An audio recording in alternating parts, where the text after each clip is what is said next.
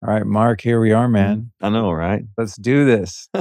Long way from home, but I'm glad to be here with you, Luke. Yeah, I appreciate you Good. coming to do it in person. And it's funny, I just got a text from my team before we started, like, you have to be done by this time because he's going over to Josh Trent's to record a podcast. Yeah, I didn't know the logistics of the distance between you Yeah, guys, so worked out well though. It's gonna be he's fun. close by. Yeah, it's just funny.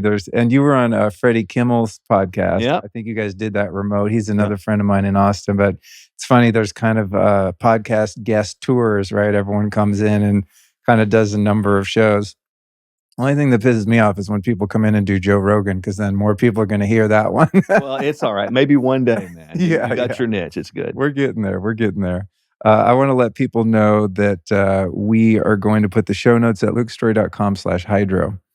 And there you will also find a couple past episodes that we've done about molecular hydrogen. So I'm going to link to those. And then our guest, Mark, of course, I'm going to put links to all of your stuff, your clinic in Tulsa and everything that you're up to. So we'll put all that in the show notes. And you guys will find that link in the show description.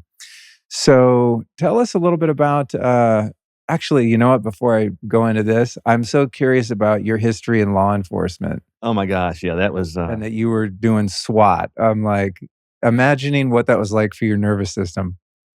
well, it was a challenge, because prior to that, I was a professional baseball player, and then to go from that to law enforcement and do that for so many years. I was on the SWAT team after about 3 years on, so it was pretty early in my career. And you mentioned the nervous system; it's a different place, it's a different game. I mean, because police officers in general are taught that every encounter can be their last. I mean, that's how you live. Even after I retired, it took me probably 5 years to where I could go sit in a restaurant with my back to the door. I mean, it's kind of a weird deal, and that's why a lot of police officers are sick, and that kind of got me into where I am today. But during that time, though, look, you kind of go into that zone, man, and so fear is fear, but fear can't control you. So you figure out a way to sort of hone it in, where there's something you got to do, and even though you know you could die, you sort of walk past that. And if you can manage that right, it can make you stronger, right? And if you don't manage it right, it can break you down. And so there's a fine line in there for law enforcement officers, and I have deep compassion for them. Most of them right now are on, blood pressure meds, sleep meds, antidepressants, blood sugar meds, and so it does a number on your system. And thankfully, I'm here today to talk about it, and it didn't affect me in a way that it does many. That's wild. I'm just imagining the chronic stress. I I, on the other hand, spent the early portion of my life as a criminal running from guys like you. There you go. And that's also stressful because you're always looking over your back. You're never sitting in a restaurant with your back to the door because you might get caught doing whatever naughty stuff you're up to. So yeah, it's funny. I just think I've often wondered, man, what's that like from the other side? And It's interesting because I had a kind of a change in my perspective after about 10 years on. I was still on the SWAT team, but I realized that only for a few choices in life, only, nobody picks their parents. You don't pick where you're raised. You don't pick your environment in which you're raised. And so I realized at about 10 years on, Luke, that, man, only a couple of decisions could have put me over there. And I realized everybody's the same.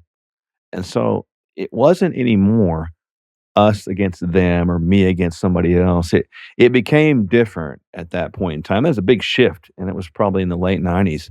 And I just realized at that point, I'm gonna treat people right. I'm just doing my job, and that's it. It's nothing personal, and it grieved my heart to have to put people in jail, even though part of the job, because they're just people that made wrong turns and wrong decisions in life. And I could have been the same way. So it was a big shift for me in that time. And I think it probably happens, hopefully, earlier in their career for many law enforcement officers. yeah, I mean, I think a lot of people out there committing crimes are people that have experienced trauma Totally. and have just never had the opportunity to deal with it. I mean, especially when you're talking about, people that are using and dealing drugs. I mean, that whole industry is based on a foundation of trauma, and I know that from my own life. I never would have become a drug addict, I don't think, if I hadn't had a traumatic childhood. It is. And a lot of people don't understand what you just said. And I hope people that are listening right now will take a re-listen to that because that's powerful because your childhood traumatic events. I mean, there's been all kinds of studies on that, how it can affect you later in life. And it's almost like we take our childhood trauma and carry those into adulthood. And we either decide to put down those childhood toys, that's kind of what it boils down to, or we don't. And if we don't, we become more and more childish and make more goofy, childish decisions. And if we do, well, that can be maturity and it can be a great learning experience and a great journey in life, like you've had. Yeah, 100%. So you've had a great life, man. So you're a pro baseball player, work in law enforcement for many years, and then I'm assuming go back to school and study medicine. What did your cohorts in law enforcement think when you thought, you know what, I'm gonna retire from this and go move into healthcare? 8 years before I finally went off the books as far as retired goes, I was transferred to the police academy, and part of my job was to train, the younger officers in health, the whole bit, right? I was in charge of recruiting and kind of a lot of different programs. And it was interesting because I was put in charge of a wellness program that didn't exist. So I kind of went on this mission to travel around to different departments around the country to determine best practices. And I didn't really know what I was looking at, didn't know what I was looking for, but I thought that I would know it when I found it. Well, I didn't find it because no program really dealt with this idea of health and officer safety as one and the same. I thought it really was because I saw men and women dying, and the average age of death for police officers right now, for the most part, is about 66 years of age, which hasn't Wow. changed, right, Wow. in 50 years. And so that tells you a lot right there just in that one statement, but I wanted to figure out why. And so I didn't really find out, so I went back and I started our own wellness program.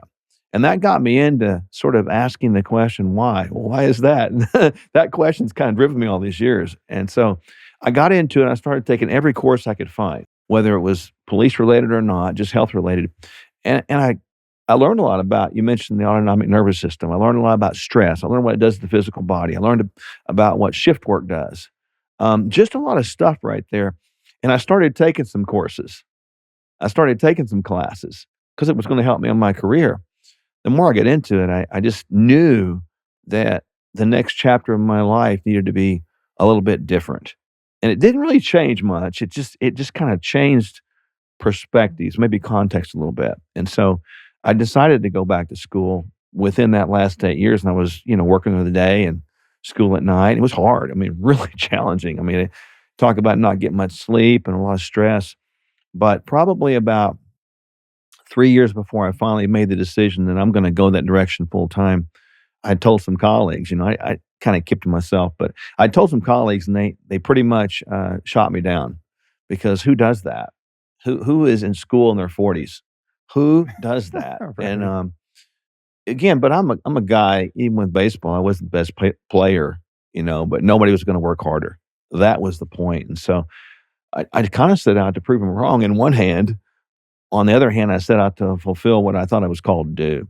So there was no looking back. I wasn't going to let anybody talk me out of something I needed to do. It seemed like a lonely road for a while, Luke, because there wasn't much support, and I'm older than everybody else, and and I try to stay young as best I can, man. But And you were in Oklahoma, yeah, which, I've only been there twice, but I wouldn't consider Oklahoma to be one of the more forward-thinking, progressive no, states. You know what I mean? no, So man, we're imagine like, terrible in health. We're horrible in health, and it's one of the worst in that state. There's plenty of clients, I'll tell you right now, in the world, really, with our trends of sickness. It is, but no, in that time and place, it wasn't. I think people thought I'd lost my mind a little bit, but I'd always kind of been into this idea of health. I started lifting weights when I was in Australia playing baseball. Believe it or not, I had nothing to do during the day, so I just started getting into training and learning about the physical body and have results. And then people wanted to ask questions, and so it just kind of one thing leading on top of the other, and brings me here today.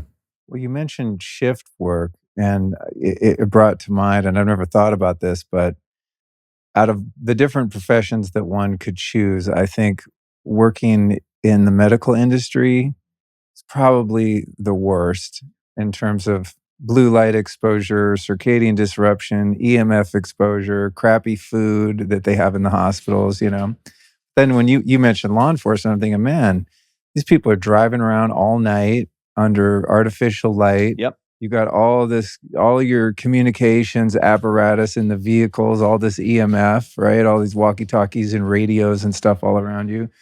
You're up all night and you're out there drinking Dunkin' Donuts, Totally. I coffee, didn't, but yes, but fluor coffee, yes, you do something fluoridated to stay water, awake. Yeah. drinks and fast food because you're out there. It's not, I can't imagine many law enforcement are packing a lunch of organic grass-fed liver or whatever, you know what I'm No, saying? no. So you probably, and add to that the stress and the PTSD of dealing with potential, well, not potential, but I'm sure very often violent situations, life-threatening situations, the damage to your ears from firearms training and spontaneous eruptions of firearms use on the job and stuff. It's a brutal job. So congratulations on making it through that. Well, I appreciate it. No, a lot of people don't think about those things in law enforcement, but I'm glad you brought them up. But with that said, the most unhealthy groups that I deal with today are going to be, law enforcement, first responders, physicians, teachers, and probably pastors. Believe it or not, Really? that group is so unhealthy. But yet,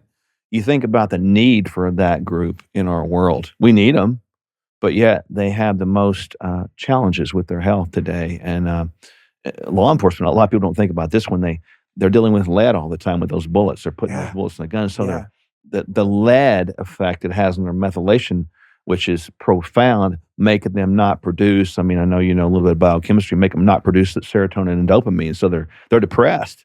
And so it just kind of one thing leads to the other. And we don't tend to put that together in mainstream. And hopefully one day they will. But, we're still working at it. That's crazy. I never thought about the lead, but one thing that just came to mind when I thought about EMF is police officers that are sitting there with a radar gun in their car. The EMF coming off those things must be insane. It's gotta be, and I don't know who even thinks about measuring that. And then you think about the vest they have on and the gun belt pulling to the side, it's imbalanced. It's about a 20-pound extra of gear that's imbalanced, so you have the back issues, the pain issues, the chronic inflammatory issues. It's a pretty rough pretty rough life, and I think there's a reason they don't live very long. Yeah, 66, man. Terrible. That's like, man, what am I? I'm 52 right now. I'm like, man, that's a few years from now. But thank God I'm not in that profession. Why do you think pastors are having such a hard time with Ooh, health? well, I mean, I'll just give a straight up answer, in the idea of the Americanized church, which, even where you live, they're on every corner. They don't know about health. I know it sounds contrary and quite contradicting, but they don't know about health because, and I can prove an example, how many people out here know a church group that promotes driving youth to the building by giving them pizza and cookies and donuts and sodas to bait them to come there, knowing full well we've got type 2 diabetes that's ravishing our society. So we actually creating unhealthiness, using it as a tool to get people into a place in a group, which seems so antithetical compared to what they're supposed to be doing. Because I believe we walk around this amazing creation called the human body. It's incredible. So why would we encourage destroying it? That's one angle. And I think the other angle is with the idea of pastors. There's such a struggle today with the idea of the 501c3. They are bent on and living on the donations, right? And so if you say something contrary or change the culture, if you were to come in one day and say, pretend I'm the pastor and you're the congregation, hey, Luke and everybody else, we're going to do something different. There's no such thing as a donut ministry anymore because that's destroying health. We're going to not teach our kids to eat garbage. We're going to not promote sickness anymore. We're going to value this body, even as God's word says, as the temple. We're going to do that. How many people is that going to make mad? They're going to take their toys/offerings and go to another place. And so they're under a lot of pressure. And I think they're called on to be the leader, the guide, the mentor, the counselor, the everything. So there's those three prongs that really attack them, and it takes a unique sort. In all these areas we talked about, it takes a unique sort to really step up and truly walk into the idea of leadership. Leadership is not doing what everybody else does. It's doing what everybody else won't. Leadership is not following the group. No, it's going out there by yourself sometimes. I kinda pictured it as the Titanic scenario, you're out in the front of that boat, and you're getting all the winds and the waves, and it's painful, but you gotta do it because somebody has to carve that trail. And I believe right now, in the space that we're in, I think we're carving a trail out here, and I think a lot of people are gonna be, blessed by it all, in the years to come. Yeah, yeah. I never thought about that with, the food in churches. And A, it's cheap and it's also enticing to bring people in. And it reminded me of the couple decades I spent in 12-step groups. And you walk in those meetings and you have people that are really ill in most cases when they first go in, and they always have a table full of donuts and cookies and really bad instant coffee. Just like you got people that are already dysregulated, and you're giving a bunch of sugar and crappy caffeine and fluoridated water and all this stuff. It's really antithetical to bringing people back to balance and health and regulating their mood and hormones and neurotransmitters and all the things that are really important for someone to stay sober. They trade one addiction for the other. I mean, you can look at all kinds of studies. I think the one that probably sticks with me the most that will never be done with humans was studies that have been repeated with rats. Put rats in a cage. Scientists have done this many, many times. And you have two different bins in which they can grab their food. And then the scientists change the bins amount. They put sugar in one and they put cocaine in the other. Which bin do the rats always gravitate to in a few minutes? It's not the cocaine, it's the sugar, because sugar drives the dopaminergic pathways as strong as cocaine does. But because of our inherent desire to eat, we have to eat to live. We don't have to take drugs to live.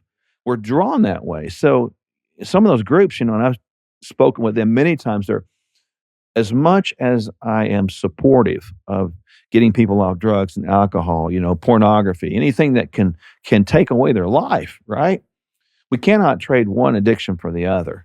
And we've got to really deal with the balancing process of all of it. 100%. Yeah. Yeah, that's funny. Think I never heard that about the rats, but I thought when you said that, I thought, well, it makes sense because cocaine doesn't taste very good. No, sugar It's does. quite bitter. Yeah. Numbs your mouth and tastes like crap. All right. Well, I appreciate you going down those You're those welcome. off-topic rabbit holes with me. For those listening, if you saw the title of the show, I promised to talk about hydrogen. I'm obsessed with hydrogen. I've Yeah. done many podcasts about it. It is a fascinating and really almost endless topic. It's the most prevalent molecule in the known universe and has such a wide variety of healing benefits, yet it still, for some reason, is relatively obscure outside of the alternative medicine space. And so that's why I like to keep talking about it and talking about it and talking about it because it's been so beneficial to me and so many people I know. I think out of, if I had to pick a top 10 health intervention list and you stop the other 200 things that I do every day to feel good, hydrogen would make the cut. Absolutely. And In my world as we're well. sitting here now. We've got our hydrogen water brewing. For those watching the video, you'll be able to see that. So I guess I want to start with. Well, I think it's interesting for you because you're a practitioner, right? And so I'm not. I don't work with other people and help them to heal themselves. You do, so you have, I'm sure, some anecdotal, evidence that I wouldn't have on like what this looks like in practical application. But maybe take us back to how you first discovered using hydrogen in a supplemental way. So my wife and I are heavily trained in the idea of genetics, first and foremost. So we understand all the biochemical pathways. We're deep involved in the instruction of genetics for physicians here in this country and abroad. Just recently returned from Los Angeles, teaching a group of physicians there about genetics. And so with the idea of genetics, we're all 99 point something odd percent just alike, which is crazy. We have genetic similarities of 96 percentile with chimpanzees. We have genetic similarities with the trees and the shrubs and the ground because we're all from that same DNA, which is really cool.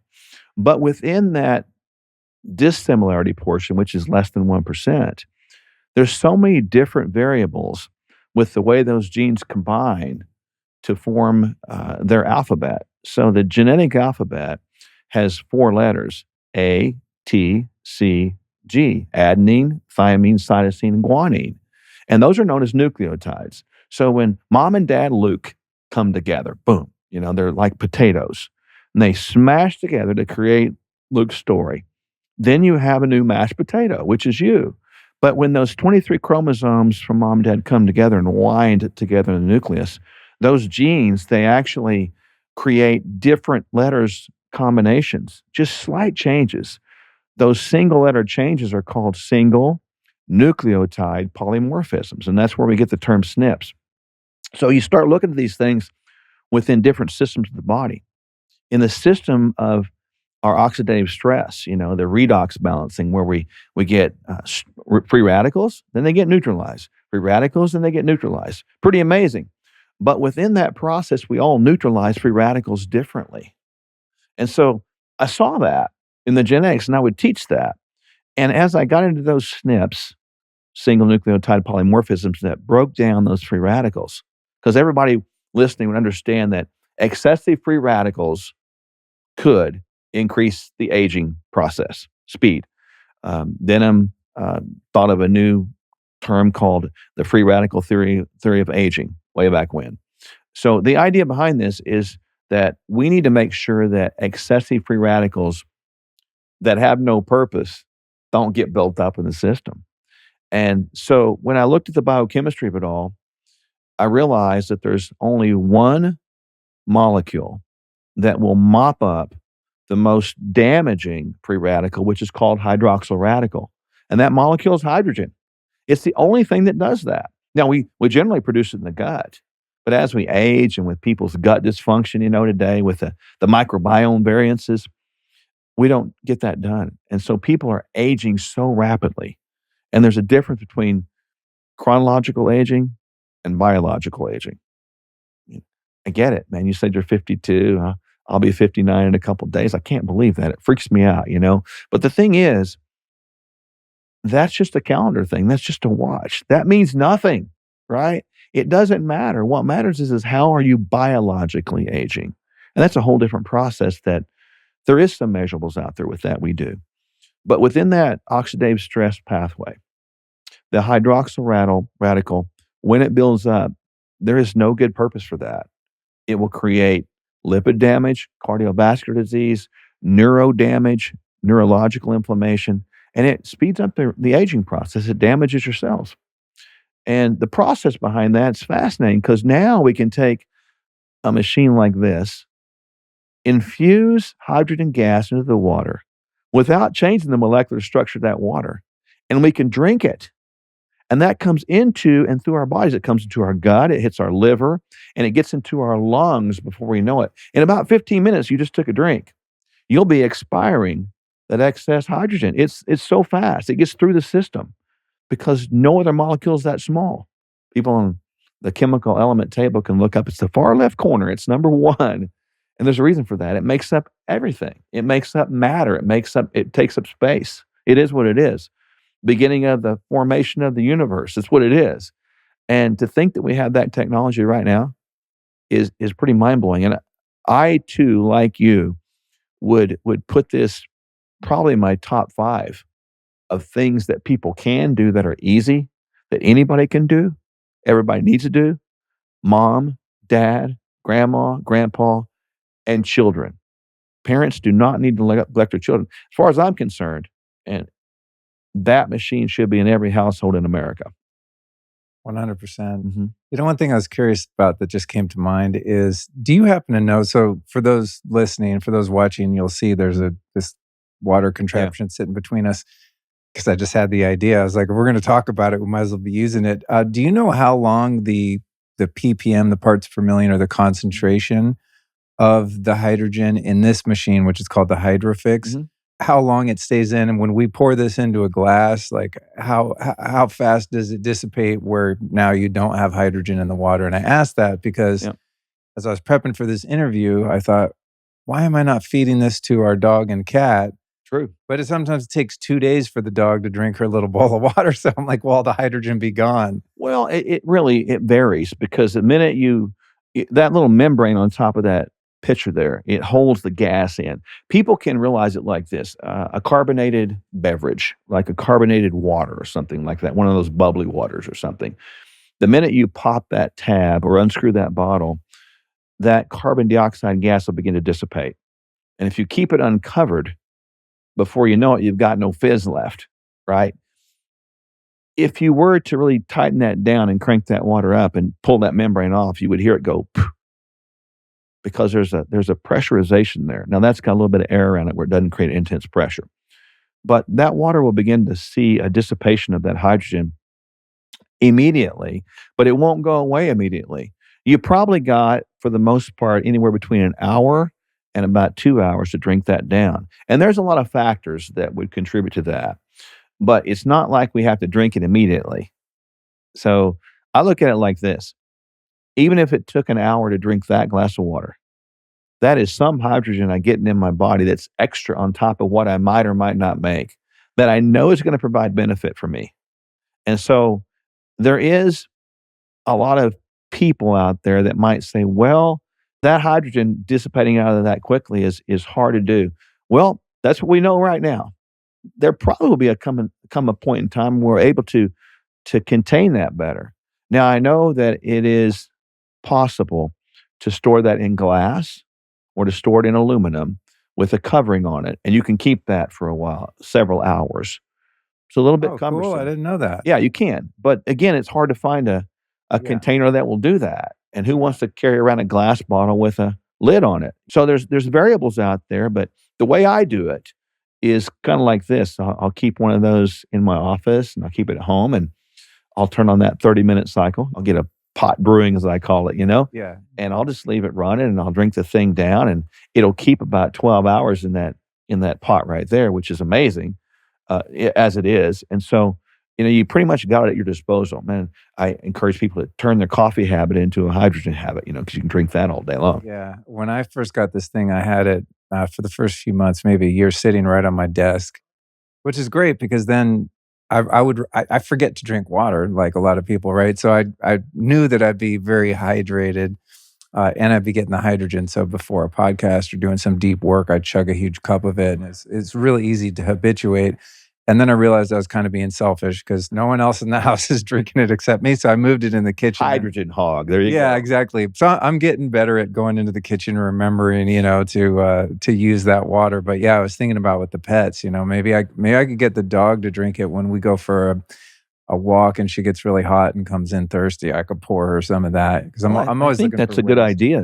Just when they come in immediately, they're going to get a couple of laps of water. Yeah, So exactly. might as well do it. Just pour a little bit in there. I think that's a great idea. Yeah. So when I first found out about molecular hydrogen, I did a show a few years ago with Tyler LeBaron. You might have heard of him. Oh yeah, know him. Good guy. Yeah, great guy and super geek for hydrogen. Man, if you want to know anything Molecular Hydrogen Institute. He's great. Good guy. Yeah, and he doesn't have any horse in the race. He doesn't sell a product or anything, so he's got a good objective. And I appreciate that. Yeah. He's just an unbiased guy as best he can be. He's a hardcore researcher. But when I interviewed him and I found out about it, I started using the hydrogen tablets. Yep. There's Quicksilver makes them. A bunch of people make them. Mm-hmm. I think basically they're all the same, just kind of white labeled for There's 50 different sources brands. out. We started using the tablets way back when from Quicksilver, Chris Shade, the whole group. And he's a smart guy and great biochemical mind. And so, same kind of deal with us. I mean, I like the idea of the convenience of that, but it does turn the water a little bit gray because that's that magnesium metal is what it is. So you'll get a little bit of taste change with that. You don't with this. This is pretty The pure. water here tastes exactly the same. Same. With the tablets, I mean, I noticed immediately because one thing I would use them for a lot is air travel, which I still do. I mean, they're in my backpack in my closet right now. I don't go anywhere, and road trips. Oh yeah. So when I'm just here living my life, I wouldn't really notice if I drink this hydrogen water or water with the tabs. It just, I don't know, you feel pretty good, but it's not like, whoa, I feel different. But I noticed when I was really fatigued, sleep deprived on an airplane, on a road trip, and I felt the inflammation and I just felt that brain fog coming on and all that. I would put like 4 of those tabs in a glass of water, make it super concentrated, drink that. 5 minutes later, I'm a new man, and I was like, "Okay, there's definitely something to this." But the thing is with the tabs, which I still, as I said, I still use and I enjoy, they're amazing for travel. I can't take this thing with me on the airplane, but it gets quite expensive. Yeah, they're gonna be about a dollar and a half, $2 a piece, and I do the same thing. In my bag right now, I have the tabs. I used them this morning. I got up, I had a big old glass with 2 tabs of hydrogen water because traveling airlines is not a fun process sometimes. You can't travel with this. And then I went up and I exercised, and I came back and did it again. So I've had a couple of glasses of that today, and I went through 4 tabs already, you know? So just like you, it is convenient. It is more portable for the tabs, but it does change the taste a little bit. I mean, I was, like, so grateful to get a glass of that when you like, "Hey," because 'cause I've had the gray water, you Yeah. know? Yeah, 100%. Mhm. So after, seeing the benefits and doing the research that you've done on hydrogen in general, and I wanna dig more into, the many benefits it has, when you started researching devices, I'm curious if you had the same experience as I, that there is so much competition between the different it's like a war zone out there with the companies that make these hydrogen machines. There was one that came out, how was it? It ended up being a scam. I forget what they were called right now, but they came to me and wanted me to promote it, and I was like, their setup was just weird, so I didn't do it. Trucy, I think it was called Trucy, and they ended up just defrauding all these customers and influencers and stuff of all this money. So I dodged a bullet on that one. But when that happened, I just thought, man, the claims that the companies are making, our machine's the best. Your machine, if your machine's from China or Korea, it sucks. It has to be from Japan or Russia or wherever. It just got so confusing. And on every website, there was so much shit talking about the competitors. I just stepped away from it and I just stayed using the tabs, which, as I said, is not very cost effective if you're using them as much as I was. So I went, I don't know, maybe 2 or 3 years and just kinda left the machines alone, and I thought, "I'm just gonna wait until someone figures it out and can prove to me unequivocally that their machine is cost effective, durable, and produces an adequate ppm of hydrogen." And then I found the guys at Holy Hydrogen, and, I don't know who reached out to whom, but, I researched, and I finally figured out, at least to my understanding, I think I found the holy grail of the legitimate hydrogen machine for your house. Did you go through a similar process of, like, wanting to get a generator and just being so confused by all of the hype and marketing and Yeah, capital YES and, etcetera. It was terrible because when the idea of how when you're in this space, especially from a clinician standpoint, you're really an outcast, you're an oddball, so, we started using the tabs and talking about them, and everybody thought we were, you know, what is that?" They didn't understand the biochemistry behind that, so then we started looking for machines and started going the same process you did, and it seemed like to me that the vendors out there were spending more time slamming somebody else than they were talking about the excellence of the science, and that was something I didn't frankly appreciate, I was like, "That's a turnoff, I don't wanna deal with that." Trying to tell me why theirs is the best and everybody else's was not. And all I wanted to do, all I cared about was I wanted a machine that would produce an adequate amount, the parts per million, the milligrams per milliliter or milligrams per liter, and I wanted to find something that was durable, that was reasonable, because I knew that spending the money on those tabs, I could do it, but it wasn't really cost effective. I wanted to find something that I could trust in. And for me, I wanted to find people that I could do business with that I liked, I didn't wanna be in around a scammer. When you're in our space, man, I get approached by everything, as you can imagine. yeah, I mean, same here. everything. I got an email last week from some Chinese company that emailed me in really broken English about, "We know you like hydrogen, we promote our machine." There's no information on it, it looks big and bulky, I'm not getting any I don't I couldn't there was no, like, real data on it that was impressive to me, Nah, but everybody wants to sell something, and yeah. the guys here, and I know them, I mean, they're nice people. I spent time talking to them. I spent time picking their brain, and when I when I go through a process like this, I'm sure you did the same thing. You almost have to interview the person as a human being. Do I want to have any relationship with them? Do I want to have even a transactional relationship? Do I really want to deal with this? Because even in the idea of transactional relationships like that, if it's a toxic relationship, I don't want any part of it.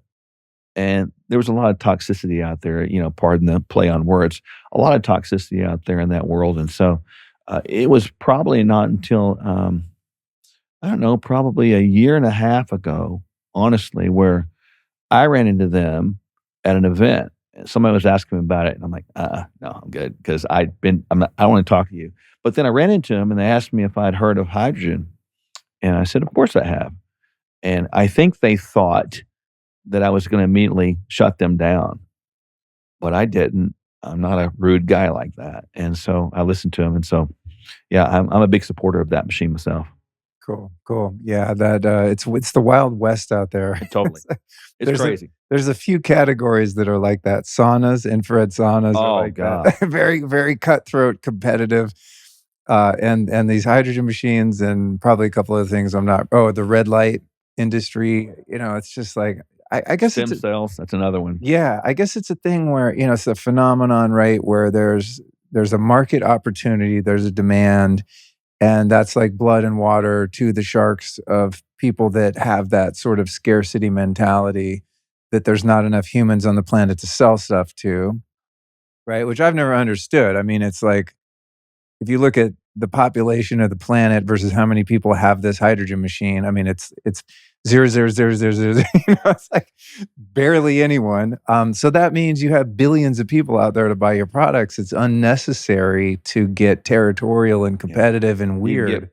0.001% of that, you're gonna be a billionaire. I mean, Exactly. it's pretty obvious. Yeah, exactly. So anyway, I just wanted to riff on that to see if your experience was the same. And I felt relieved after I found Holy Hydrogen in this machine because then I could just stop.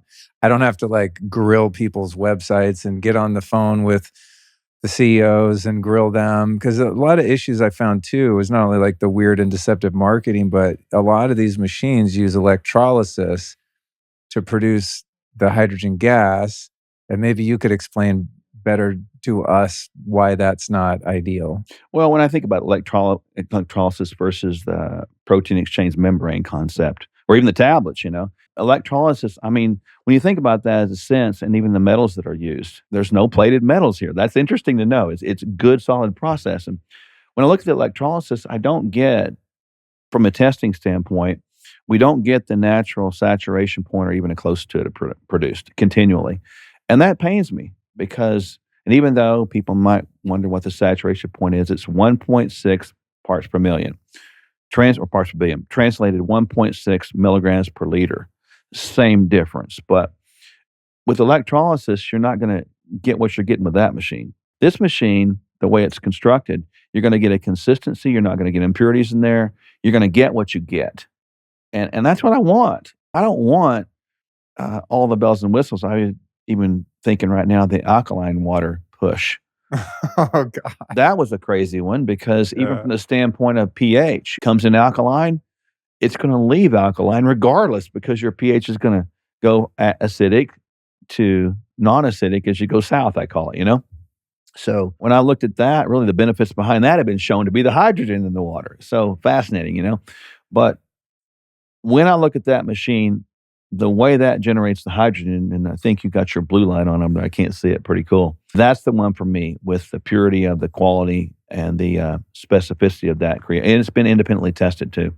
Yeah, you've reminded me of another industry that's really weird and crazy, and that's the alkaline water Totally. industry. Like, I'm thi oh There no. was like 15, yeah, about 15 years ago, I was pitched, from an MLM rep for Kangen water, Kangen water. Oh yeah. and I took it hook, line, and sinker. They had all the different sodas and drinks and did the pH testing strips on them, and I was, "Oh my god, I'm killing myself drinking, Pellegrino or whatever." So I bought one of the machines for like 5 grand and I became a rep for a very short time. I don't think I made any sales because then I figured out that I'm living in LA. I got the machine hooked up to municipal tap water and then it's going through two tiny little filters about this big that aren't taking out any of the toxins in the water and giving me, maybe a great negative ORP, like oxidative reduction potential, which could be beneficial, kind of an antioxidant water. And it may have had some benefits, but I realized the water was so toxic. And then someone told me, they said, Luke, why are you so excited about the alkaline water? I said, well, I want my body to be more alkaline and not be acidic, because an acidic body leads to cancer and all these other things. And my buddy goes, he said, you know what the pH of your digestive tract is, and whatever it was, for something, it's super acidic. He goes, the second you drink that water, it's getting acidified by your stomach.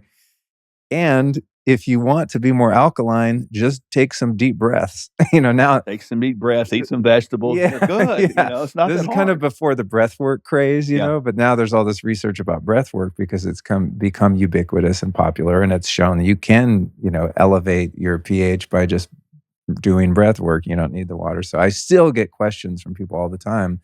What do you think of Kangen water, Kangen machines? And I just thought, God, didn't everyone figure out these things are a scam by now? I guess there's the marketing push is still alive and well. And Yeah, I think probably with that, and it goes back to the money. When something becomes about money first, you get compromised with it, and it becomes profits over people. And we have a rule in our clinic. We put this in our bylaws probably 10 years ago when we just got going because we get approached all the time. No MLMs, period. Don't care if it's valid, don't care if it's not, because we didn't want to cloud our judgment and treatment patterns looking at an individual. I did not want to look at the Lukes of the world and see an opportunity versus Luke. And I know what kind of, I try to be a honest guy, I try to work those principles, but I'm a human being and I'm just as fallible as anybody else. I can do something dumb and something good at the same breath. And I know that. And I don't want to have that temptation there. So we made that rule for that reason. With that said, a lot of the MLMs, and again, I'm not knocking anybody if they're doing that, that's fine. But I've seen them damage relationships. I've seen them damage friendships. And I've seen them damage people's lives because they'll go from one to the other to the other because it can be a nice influx of cash. And in reality, the people at the top are getting rich, and the people that are working out there for them are getting pushed. Talked at the beginning of the show about stress. I don't need that stress. If you do the right things for the right reasons with the right heart, money and provision always follow truth. They always do. And I can't figure all that out, but I know that principle is concrete. 100%. Do you find any utility in drinking alkaline water? I mean, aside from the marketing and, all of that, I mean, do you think it's drinking Kangen water is beneficial? Well, I think it goes back to the idea. It would be beneficial because it's got hydrogen in it. So, yes to that. But it all goes back to what kind of water you're putting through that machine. If you're not putting pure water in there, what's it doing? It's staying impure. I think additionally, like you said, the pH of the gut, 4 point something, the time you get it out the backside, you're looking at 7. So it's going to change it. So for people to say it's going to change the pH of your system, it's not true. It doesn't work like that.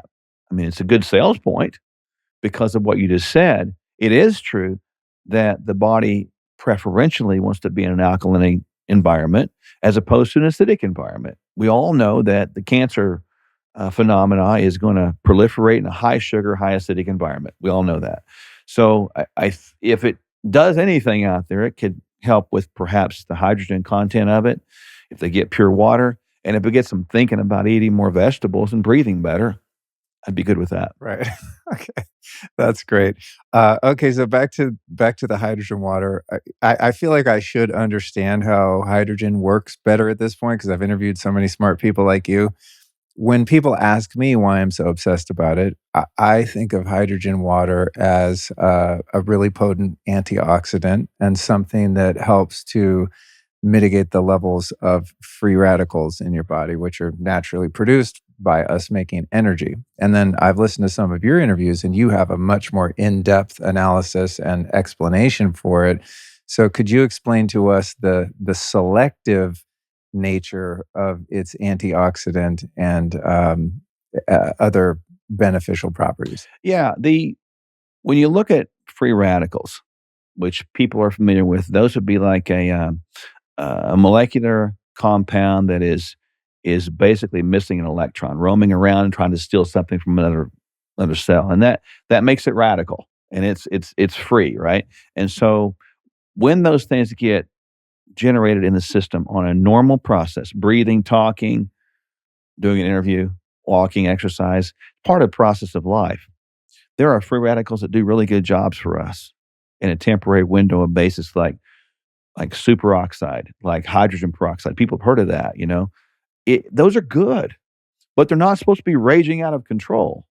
And so the body has these little enzymes in it that actually see those free radicals, allows them to do what they do, and then cuts them in half and turns them into water and oxygen, respectively. Again, so it turns them from a partially useful molecule into a now recycled molecule. Pretty cool how the body does that. And again, like I was talking earlier, there's different ways we all do that. Like, for example, some people can have a glass of wine and it might create a little neurotoxicity. Some people can have a glass of wine and it wouldn't. There's protein enzymes that break down that fast or slow. Same is true with caffeine. So we're all different in the way we break those free radicals down. When you look at the science behind this and you look at the idea of antioxidants, people have heard many times, well, I'm going to take my antioxidants because I want them to, fix those free radicals. So I take my vitamin C, my vitamin E, etc. But it doesn't work like that. The body's antioxidant system is so much more powerful than what we can bring in through pills or supplements. I'm not saying those are bad. Or blueberries. Exactly, right? So we need to understand how our systems work. And then when we look at just a general antioxidant, it'll just, reduce anything, right? So, for example, your body's own natural antioxidant system can break down free radicals at about 1,000 per second, which is really cool. Compared to like vitamin C, it's like a 1-to-1. So you'd have to take loads of vitamin C to get it to sort of affect perhaps your antioxidant system and potential. With that said, when you look at hydrogen, it's not just an overall general antioxidant. It doesn't work like that because it's produced in the body anyway, which is cool. And it has a selective function as a normal course of business. Its selective function, Luke, is to diminish, dismiss, cut in half, I like to say, one free radical, which is called hydroxyl radical. And that's not hydrogen peroxide. That's not superoxide. But those things, when they don't get broken down properly through not having a good cellular nutritional base, not having a good antioxidant absorption and assimilation in your cells, they allow hydroxyl radical to get built up. That's what happens when we have poor nutrition. It's what happens when we're exposed to toxins in the air and the water and chemicals all around us. When hydroxyl radical gets built up, our body has that chance to redo that with production of hydrogen. As we talked earlier, most people don't have good gut function. So there you go, we have a problem. Some people can't help it. They live in an environment that's just toxic, right? So we walk in stuff, we live in stuff that hurts us. But when you think about hydrogen, you bring it in there, it looks at one free radical and selectively, not just broadly, but selectively will dismantle free radical hydroxyl radical. There's nothing else that does that because you're bringing in something the body produces anyway and making it more available in a system where it's not available. And that's what I find is unique about it because it's so selective. It just doesn't blanketly pull them all out. I look at this and I think people would get this example. An antibiotic. An antibiotic looks at all your probiotics as enemies and it will kill it all. Is that necessary sometime? I guess, maybe, perhaps, in different conditions. But it's not selective. We all know that. That's why we get antibiotic resistance. And that's why we have gut dysbiosis or microbiome dysfunction because of that. Chronic antibiotic use, and they're used too chronically today, by the way. This doesn't kill all the free radicals, just the one that causes no good purpose to occur in our body. And again, it'd be like looking at your microbiome and saying, I'm going to take an antibiotic. I'm drawing a synonymous with this that just takes care of that one bacteria that's causing me problems. We don't have that yet. Maybe we will one day. But from the free radical system, we do right now. This is not a recent discovery. The body produces it anyway, which is so cool to me. We just are discovering what the body does. And thankfully, we have scientists who have figured out something so simple that has such a complex function and such a selectively beneficial function that we have this that we can use. There's so much potential here that I think is unrealized. There's I had an idea. Yeah. Actually, I was mentioning my friend Ian Mitchell, who also lives in Tulsa, who I'd love to introduce you to. He's a great guy and brilliant scientist. We were talking about hydrogen one day in the context of hyperbaric chambers. Mhm. 'Cause he built this crazy, it looks like a submarine, this Oh, yeah. steel. He just built his own. I'm Like a like, why didn't propane you tank buy on the one? side. Yeah. He said, why? I said, why didn't you just buy one? You could afford it. He said, well, I want mine to be higher pressure, this, that. So he's had his welder out there building it. And I had the idea as we were talking about hydrogen. I said, man, couldn't we make a hydrogen chamber where you can push all that hydrogen gas into your plasma like a hyperbaric oxygen chamber does? And I think he mentioned something about the flammability of Yeah, hydrogen. yeah, it's explosive, man. He's Now this won't blow up, but Yeah. but molecular hydrogen is an explosive. Yeah, I have another device in my office, an inhaler from this company, Vital Reaction, and I got the maximum ppm you could get, and I said, well, can't you make it higher? And they said, well, if you want to blow yourself up, yeah. Yeah, no, no. But it reminded me of when I used to have a hyperbaric chamber for many years, and I found it kind of bothered my tinnitus, so unfortunately I had to sell it eventually.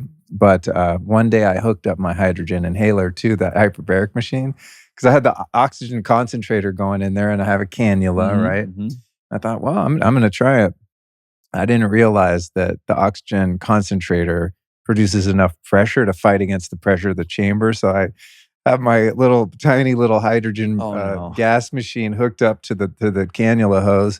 Get in there, zip myself up, and then the pressure, it starts to pressurize, and I hear boom, and I blew the damn hydrogen machine across the No room because the way. back pressure Oh, from the yeah. chamber Push backwards. hit that, and it was a disaster. So I learned my lesson. But anyway, that brings me to the point. Do you think we could ever see a hyperbaric application of hydrogen gas, with the cannula? So you're not, with the proper concentration so that you're not creating a potentially explosive environment? Yeah, I think it's possible.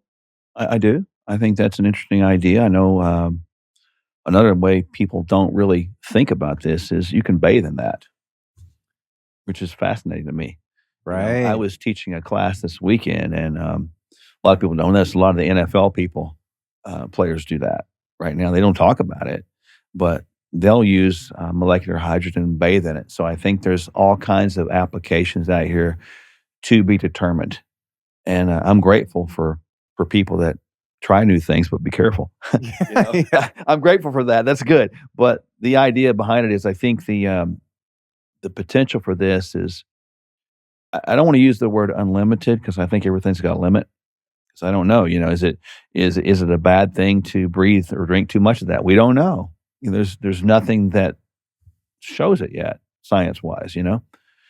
Do we know that so far you can't overdose this? So far, but I'm sure there might be a potential time where, something could say, "Well, you don't wanna have it in this condition at this level." Don't know. But I think there's so many potential out here that are undiscovered, and that excites me. To get people thinking like you just did, I mean, maybe there's somebody listening right now that says, "Hey, that might be something I can begin to look at and explore and see why it can't work. Why not?"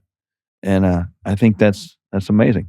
I'm glad you brought up the transdermal application of the baths. Again, any developers, entrepreneurs out there, like we need a generator that you can put in a bathtub Totally. that just saturates the water with I'm thinking hydrogen. like, people have those jets, just Yeah. simply make the jets into, a protein exchange membrane, and that wouldn't be a bad thing to sit there and bathe, and it would be kinda cool. We could put a blue light in there like this and make it neat, you can see the bubbles, right? Totally. Yeah, I experimented with that. Actually, from time to time, I'll get this, I think it's bursitis in my right foot, and it's just, I've seen people about it. No one can figure it out, so we've just deduced that it must be that. And so it'll just be this really painful feeling kind of in the ball of my foot right behind my little toes. And so I thought, well, I don't know, let me try doing it with hydrogen. If it ever acts up, I go 2 or 3 days, I'll put this hydrogen water in a little pan and soak my foot in there for half an hour and it's gone. And then it'll be months and months and it'll come back occasionally. But I find each time I do that little round, there's a longer period of time before it comes back to where now I haven't had it. I don't know. It's been many months since it's come back, but a few of those treatments got rid of it. Yeah, like itis. Anytime we hear that or see that suffix itis, itis, that simply means inflammation. And there's a connection there between inflammation and oxidative stress. Excess free radicals create inflammation. Excess inflammation creates free radicals. They're hand in hand. And because of that phenomena that you just experienced yourself, it would make perfect sense that if you were to submerge that, now how it works at this point, I think is undetermined.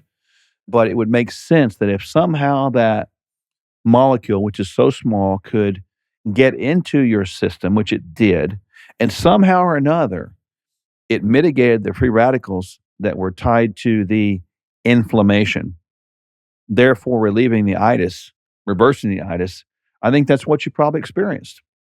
That makes sense. Mhm. Yeah, it's just one of those hacks I try. I like to try crazy stuff, see if it works so I can share it with, potentially tens of thousands of people that just heard this conversation are going to go, "Oh shit, I have inflammation in my foot or plantar fasciitis or whatever. Let me give it a try." It's Well, I like, thought of carpal tunnel, that's an interesting because that's a repetitive motion. What would be wrong if somebody's got those symptoms to soak their hands in some hydrogen water? Don't know. Will it work? Maybe. And if it does, repeat often, right? Just like you're doing. You learned it worked, so you repeated it often. right. Yeah. And a friend of mine has a company called HydroShot, H2Bev, and they make the only that I'm aware of, the only hydrogen canned drink. And they went through all this R&D to figure out how to keep the gas contained in the can because the molecule is so freaking small, it'll escape in any plastic bottle or anything. They just came out with this other. I don't know if it's come to market yet, and I forget the name offhand, so forgive me. But he came up with a little hydrogen mister Huh, that, interesting. yeah, there's a solution you put in there. It has to be refrigerated, and then you put the solution in the little mister. And man, they have all these before and after pictures of people with burns, cuts, aging, eczema, psoriasis, all this stuff. And in 4 weeks, people are clearing their skin just from spraying this highly concentrated hydrogen mist on their skin. So I think there's hopefully, a lot of emerging applications like that. They're going to come out. People put their head together and get some science going and some engineering going and come up with products that allow us to use this in different ways. Because drinking, it's great and soaking your foot in it, but it'd be hard to take this water and keep the concentration necessarily to spray your skin cancer or something that's more serious, right? Well, that's what it is. The thing about it is it's hard to contain it. It's like trying to keep a spider out of a palace. Can't do it. It'll get in there or get out of there somehow or another because it is um, quite small. It's the smallest thing we know of. And so I think because it's the smallest thing we know of, we don't know how to contain that. Because frankly, it's never been contained, has it? Look around. I mean, we are literally breathing, hydrogen all the time. It's everywhere. It's part of who we are. Yeah. Uh, Thinking about the way that it selectively scavenges free radicals, I'm thinking about EMF. I talk about EMF a lot on this show because I'm an advocate for EMF protection. And I think one of the things that really bothers us about travel, whether in one of these modern cars that has a Wi-Fi router blasting you and Bluetooth, and you're driving through cities with all these cell towers, being on an airplane that's got Wi-Fi, solar radiation, all this.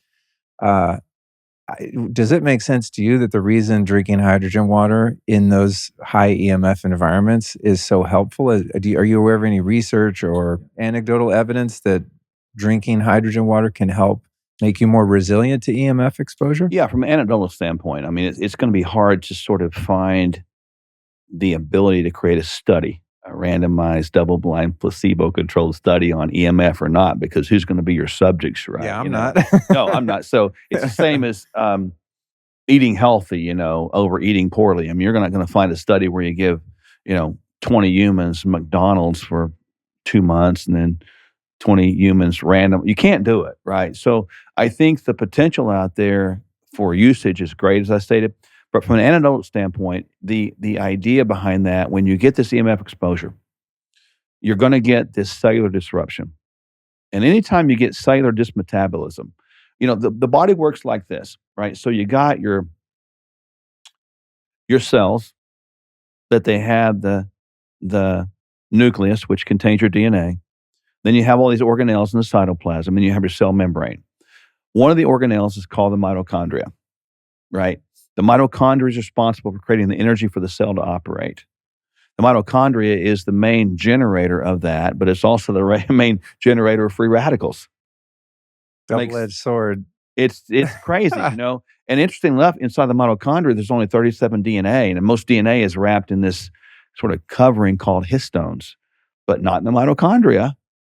So they're really exposed, right? So when you get the free radical buildup in the mitochondria that doesn't get dealt with, it creates mitochondrial disruption. And if you think about this, they have associated this idea of long haul COVID with mitochondrial damage, mitochondrial dysfunction. There's a lot of associated studies on that. Now, with that said, whatever that is, EMF would do the same thing. It would disrupt the mitochondria's ability to produce energy for the cell. The cell is supposed to produce a protein that makes the tissues, that makes the organs, that makes the organ systems, that creates the organism. So we're talking about cellular disruption can create organism dysfunction. EMF is the epitome of an example of that because we live in it. We're always being challenged by this. It's always disrupting that cell. And again, I think from a reasonable standpoint, when people realize that you're not going to be able to avoid it all, you can try. Good luck. You might have to find an island somewhere in the middle of the Pacific. And you'll still get Starlink blasted down You over will. your Look head. around. It's in the air. Right? And so the thing is, it makes sense to me that even in those scenarios like that, Luke, we would absolutely see benefit from using hydrogen water, hydrogen gas, hydrogen bath, anything like that. Awesome. And I almost forgot to let listeners know, if you guys want to check out this hydro fix that I've been raving about here today, you can find it at lukestory.com/holyhydrogen. And if you use the code Luke100, you save $100. That's lukestory.com/holyhydrogen. And we'll put all of the stuff we've talked about and we'll continue to talk about at lukestory.com/hydro. One other thing I wanted to ask you about was Brown's gas machines. Have you had any experience with these or know anything about them? Every time I talk about hydrogen, I get people coming into my comments saying, "Oh no, Brown's gas, Brown's gas." And again, it's one of those things like I was talking about before. I just can't get my head around it to research who's making the right one. Is it effective? Is it better than hydrogen? Is it the same? Do you know anything about this Brown's gas thing? It's not the same. Okay. Right. And people would look at the molecular composition of Brown's gas, and you're going to get a variety of answers, which I think that's the hole in that research right there. Could it provide benefit? Maybe. But exactly what is it?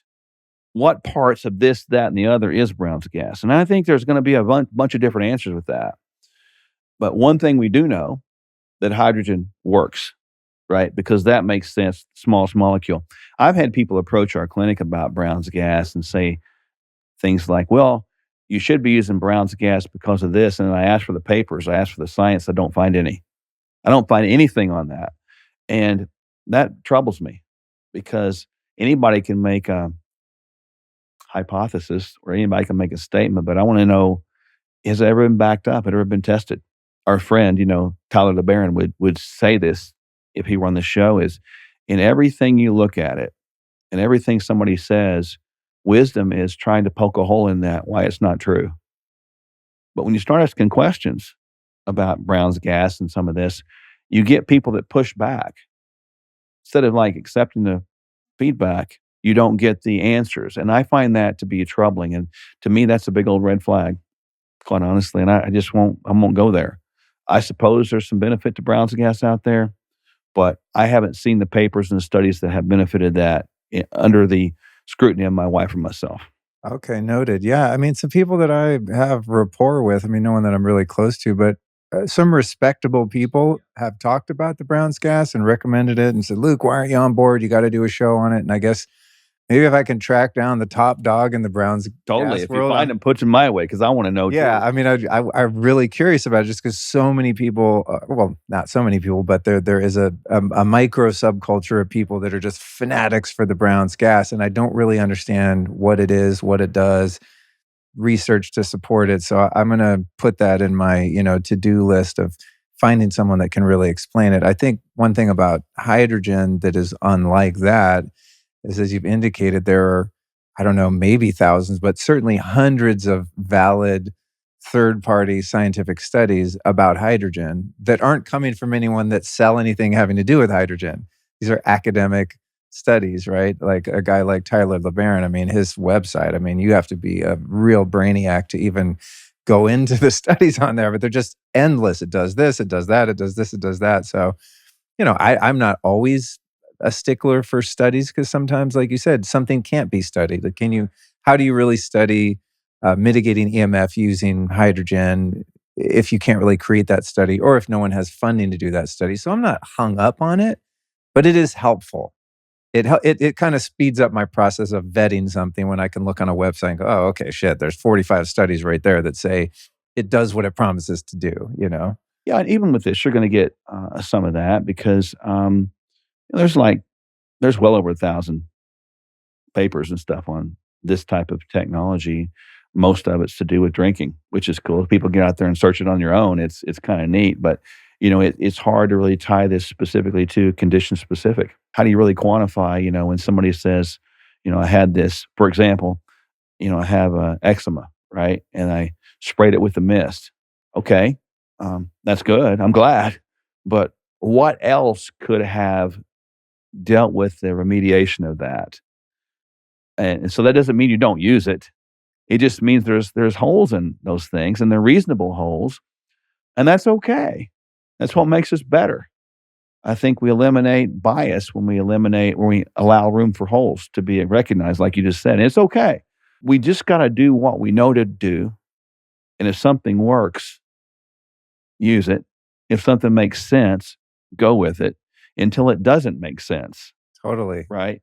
Yeah, and also being able to admit to have the humility to admit when you had it wrong. Totally. It's like those years ago when I was all gung ho on the Kangen machine. I mean, it was like sliced bread to me. And then, it took me a few months to realize, oh man, I just wasted $5,000. And some time. Sold that shit on eBay, and made a little of the money back for someone who did believe in it. But I think it's healthy for the psyche and just as a person, it just makes life smoother when you can not be too tightly attached to an idea or belief, right? Hold things loosely and be willing to kind of take your licks when you got something wrong. And in the case of me or a guy like you, sometimes publicly I'm like, hey, I know I was really into this thing. I learned some more. I learned that there was something better and I've pivoted. And I think there's a negative habit kind of in the health space where if you promote an idea or you get behind something and then you learn more later and you change your mind, people take that as to be being ingenuous or or fraudulent. It's like, no, I really believed this at the time and I was very sure about it, and then I was further educated and changed. I mean, I think that's a healthy mind. It is, and a lot of people, it's how you present things, right? I'm always very aware of how I say things. Do I hear? I'll just use an example, even with hydrogen. You need to drink hydrogen so you won't get cancer. Um, okay, you can say that, but I can't guarantee that because there's so many things out there that contribute to anything. All things can make anything happen. Anything can make all things happen. So we're all connected, right? I'm connected with the tree and you and the air. We're all connected. So we don't really know what causes everything, but we're knowing more every day about what we can do better to prevent the destruction of our human bodies, other than the normal biological aging process and speed. We're learning more stuff about what we can do. Some would call it the biohacking space, whatever. But I think that the people that do that and always are trying new things and on the edge out there, I think that's the heroes of true healthcare. True healthcare. What we have today in our world, in our country specifically, is not healthcare. It's sick care. This is leaning more towards the healthcare. We care enough about people, about their health, to give them information, to try new things, to employ new strategies that we know work. Yeah, will we know better 5 years from now? Hope so. I hope so. I don't see hydrogen as far as being one of those things that won't become beneficial because of what I know to be biochemically true, because the genes, I use this as a foundation, the genes have only changed 2% in 10,000 years. That's as close to a concrete statement that we can make. That is amazing. And no matter what we do, that's still going to be a good statement, right? So I can take everything from that foundation and I can go upwards from that, Luke. And I can know that if I anchor to that concrete, I have a better chance of getting it right. And if people begin to think like that, people begin to make more sense out of this. Because we can't be like sort of trying different things randomly because somebody says so. It needs to make sense. It needs to make commonsensical. And there's a lot of things out here that are being promoted that are not commonsensical to me. Yeah, I can think of so many right Oh, now. Just watching the health trends over the years, it's like, oh, here it comes again. oh yeah. There are Sometimes waves of that stuff. sometimes they come in waves. Some of the trends that you found early on and prove to be less effective or a waste of time or money. The last thing I want to ask you is about the difference between inhalation and drinking hydrogen infused water. Now, the Hydrofix machine here, you can do both, right? You can hook a cannula up to it and you can breathe hydrogen, or you can drink it. I'm such a fan, as I said, I also have a separate inhaler because I need it by my desk because I use it constantly.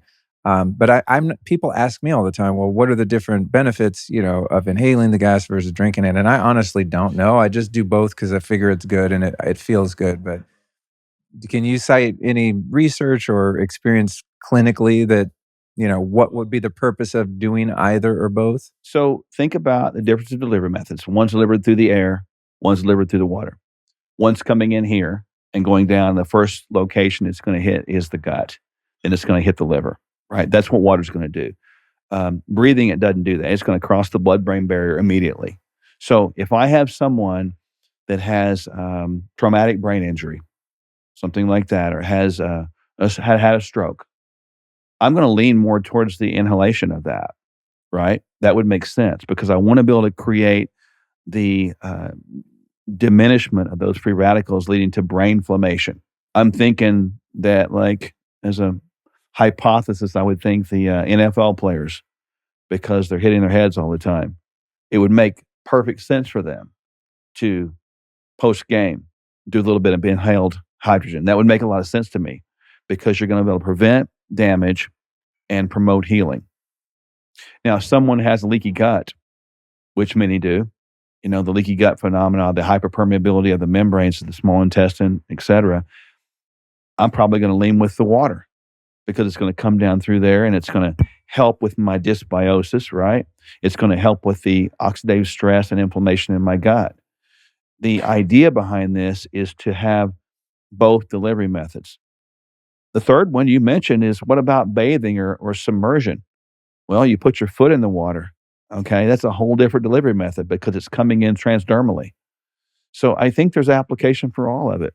So it's kind of common sense. It's Yeah, like, what area of the body are you trying to focus on, that's it. right? If you And have eczema, then spraying some of the mist or applying the water to it is going to be your first go-to. If you're having something from the neck up, the inhalation. So yeah, it makes sense. Just kind of, you think about, where do you want it to go? Where do you want that energy to be yeah, applied? and with that said, I want to just make sure, people today, I think the greatest fear we have is not losing our life, it's losing our mind.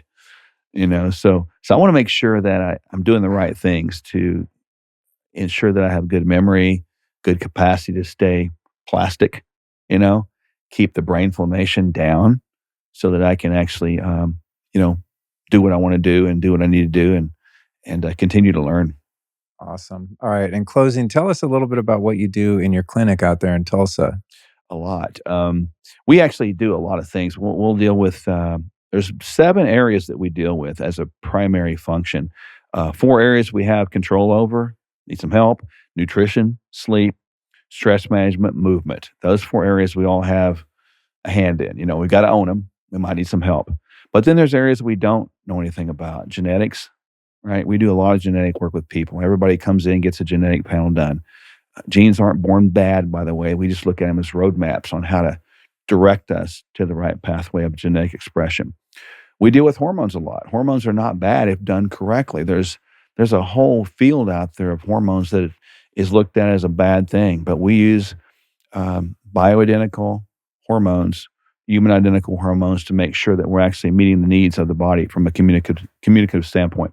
And then we deal with glycans. The glycobiology science is interesting because those are little sugars on the outside of our proteins, and who knew that, right? That's a whole other science that's yet to be discovered. So we make sure we have a good stable glycan structure on our immune system molecules like our IgG.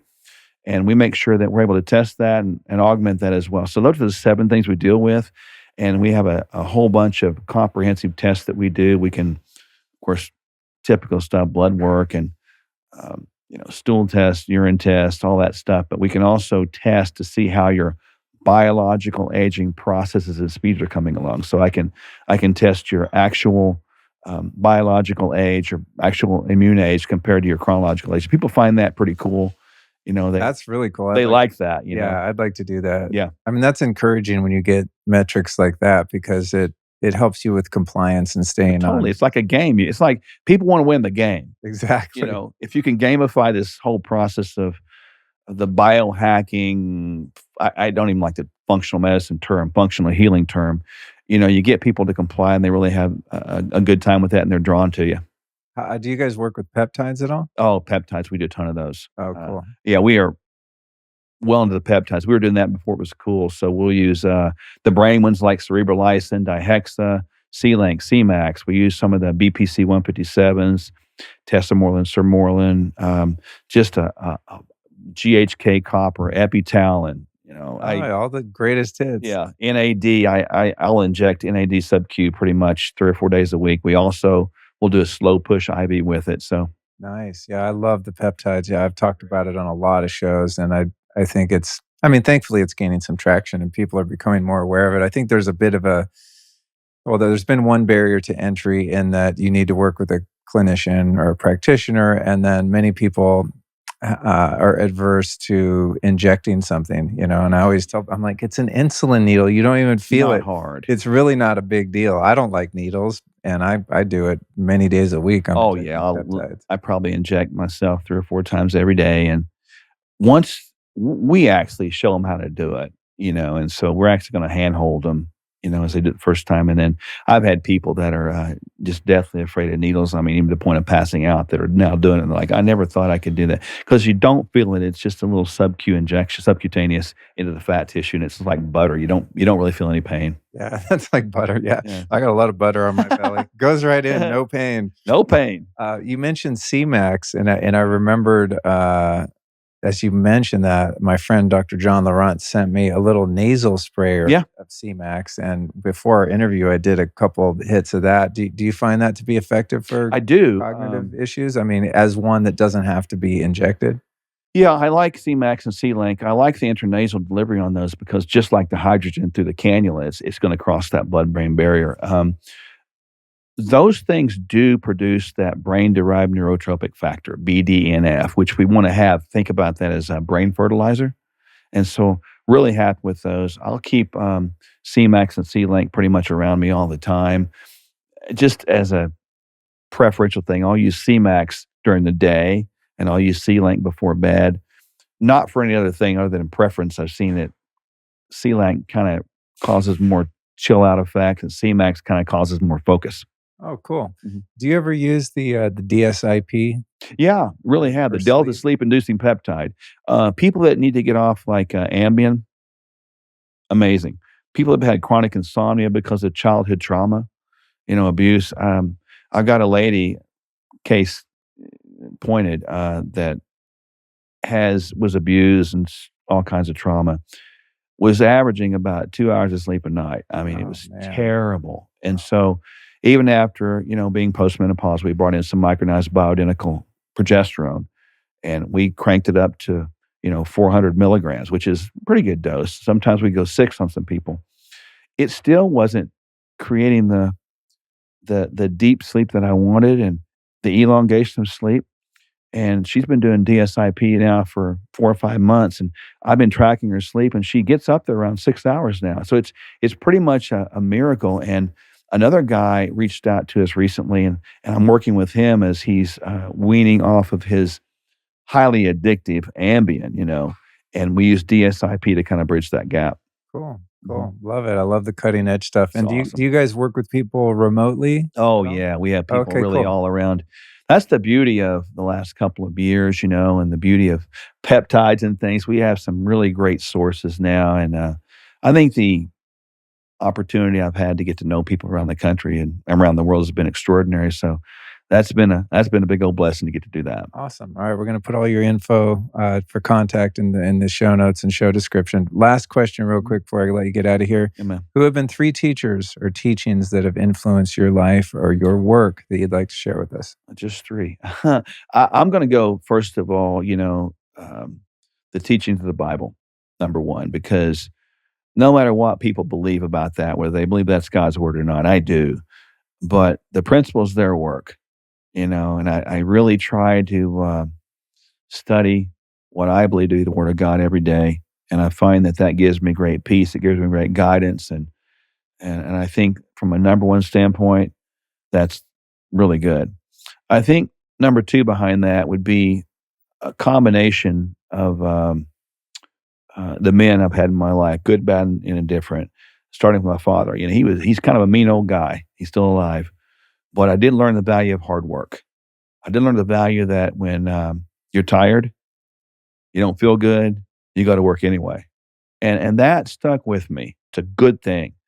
Today, we live in a world where people don't go to work. They don't want to. So I learned the value of hard work that way. Yeah. And then probably third would be my first college baseball coach. I thought I was something getting to start when I was in college. I was a catcher, and one lesson he taught me was, and he taught it to me real time. In the middle of the game, I got very frustrated and threw my catcher's mask down, and I'm sure the fans saw that. And he made me take the catcher's gear off, made me leave the stadium, and run around that stadium 4 times before I could ever come back. And hard Nice. lesson. I was Yeah. embarrassed, but I learned with that one, everybody's watching. Everything you do, you're always being watched. So what kind of person are you reflecting? What kind of person are you reflecting with the challenges we face from the day? And I always forgot that. It was a painful lesson, but man, I realized that I'm capable of acting like a fool, and I don't need to be broadcasting that, right? Awesome, man. Thank you. Well, thank you for taking the time to join us today. I love talking hydrogen, love learning about you and your practice and all the good things you're doing in the world. Thanks for fighting the good fight and helping people live their best lives. You're welcome. Thanks for having me. I appreciate it.